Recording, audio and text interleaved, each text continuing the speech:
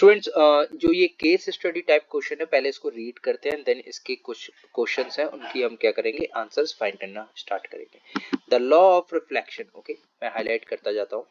Okay, the law of reflection state that when a ray of light reflects off a surface the angle of incidence is equals to the angle of reflection. Okay, आपने physics में अभी अभी ये पढ़ा होगा, ठीक है, जो कि क्या होगा कि आपका जो इंसिडेंस एंगल है, अगर ये वाली कोई, जैसे कि ये जो लाइट की रे है, अगर ये आ रही है इस पॉइंट पर इंसिडेंट होने के बाद, ये वाला जो पॉइंट आपको दिख रहा है, ठीक है, ये पॉइंट पर जहां पर मैंने डार्क किया हुआ है, इस पॉइंट से इंसिडेंट होने के बाद वो यहाँ से वापस लौट जाएगी।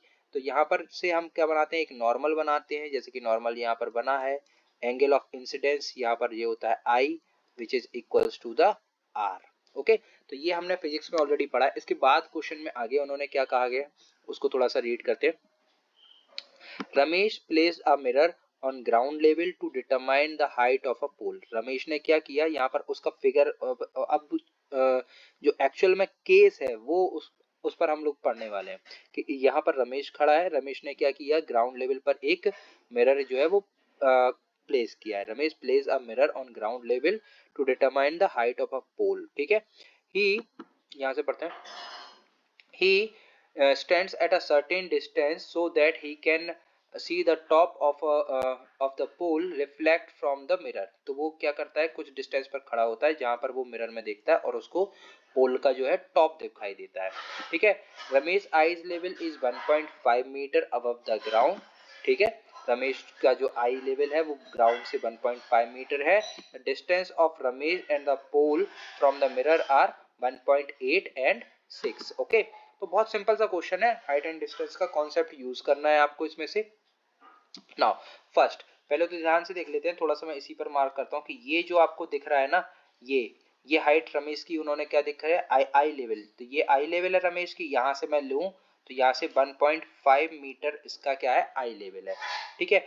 उन्होंने उसके बाद कहा the distance of Ramesh and the pole is 1.8 and 6 meter. तो इस मिरर से जो डिस्टेंस है रमेश का वो 1.8 है और ये पोल का जो डिस्टेंस है वो कितना है, वो 6 मीटर है। ओके, और उन्होंने क्या कहा है, उन्होंने कहा पोल की हाइट हम लोगों को फाइंड करनी है, बहुत सिंपल सा है। और एक और बात आपको याद रखना होगा कि यहाँ पर स्टार्टिंग में हम आप लोगों को क्या कहा है, उन्होंने एक कंडीशन दी थी कि लॉ ऑफ रिफ्लेक्शन की इंसिडेंस एंगल जो आई है, ठीक है, वो किसके इक्वल होती है, इंसिडेंस एंगल आर के। तो जो एंगल यहाँ बनेगा वही सेम एंगल यहाँ बनेगा, ठीक है। तो incidence angle I equals to incidence angle R. अब चलते हैं सॉल्व, क्वेश्चन को सॉल्व करते हैं, क्योंकि क्वेश्चन को पहले रीड करना बहुत जरूरी है, फिर उसके बाद ही तो आप उसको अच्छे सही से आंसर्स फाइंड कर पाएंगे। हाईलाइट कर लूं, पहला जो क्वेश्चन है वो है which criterion of similarity is applicable to similar triangle. यहाँ पर अगर हमारे पास दो ट्राइंगल, सिमिलर ट्राइंगल बनना है तो वो कौन सा क्राइटेरिया फॉलो करेंगे सिमिलर ट्राइंगल का। What is the height of the pole, pole की हाइट क्या होने वाली है, ठीक है। If angle of incidence is I, तो हमें 10 आई फाइंड करना है कि क्या होने वाला है। ओके, चलते हैं फाइंड करते हैं। नाउ सिंस, पहले आप थोड़ा सा ध्यान से देखिए स्टूडेंट्स, यहाँ पर जो फिगर है वो एक्चुअली हमारा ये होने वाला है, ठीक है।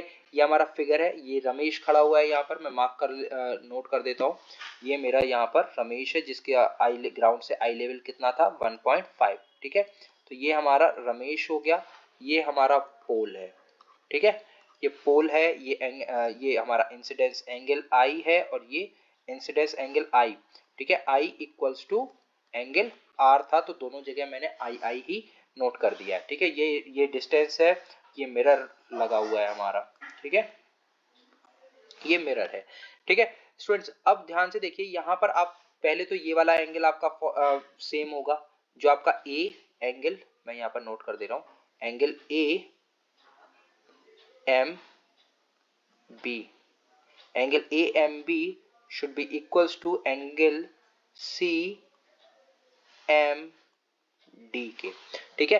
ए ये वाला A M B angle C M D के इक्वल होगा, क्योंकि यहाँ 90 है, ये आई है, ये आई है, तो रिमेनिंग जो पोर्शन बच रहा है ये थीटा ये किसके इक्वल होगा, इस थीटा के इक्वल ही तो होगा।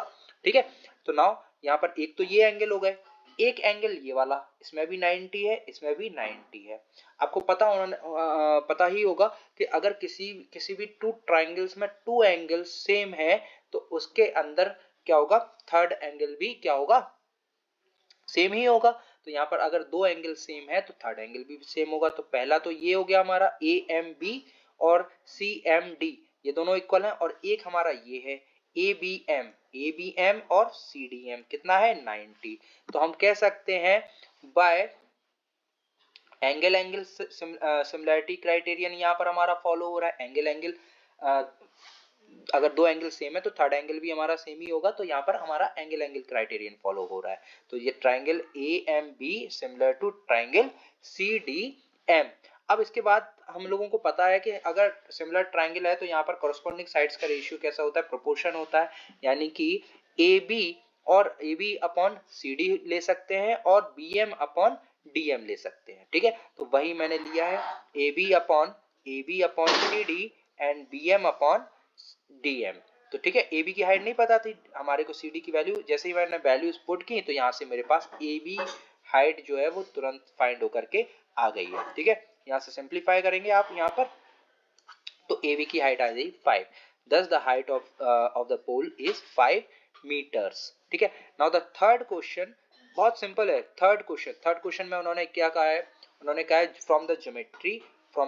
ध्यान से देखिए, मैं एक बार फिर से डायग्राम बना रहा हूँ। ये 1.5 रमेश था। ठीक है, और रमेश जो है वो मिरर से 1.8 मीटर की डिस्टेंस पे था। और ये वाला एंगल कितना बन रहा था, ये एंगल था हमारा आई, और आई एंगल ही हमारे को बताना है कि कितना होगा। ठीक है, तो मैं इंक चेंज कर लेता हूँ तो थोड़ा सा आपको ठीक से समझ में आएगा। अब मैं क्या कर रहा हूँ, मैं यहाँ से dash dash dash dash dash line बना रहा हूँ। अगर मैं इस एंगल को कंसीडर कर रहा हूँ तो इसके एंगल के जस्ट सामने वाला परपेंडिकुलर हो गया। ठीक है, ये 90 है तो ये मेरा हाइपोटेनियस हो गया और ये बेस हो गया।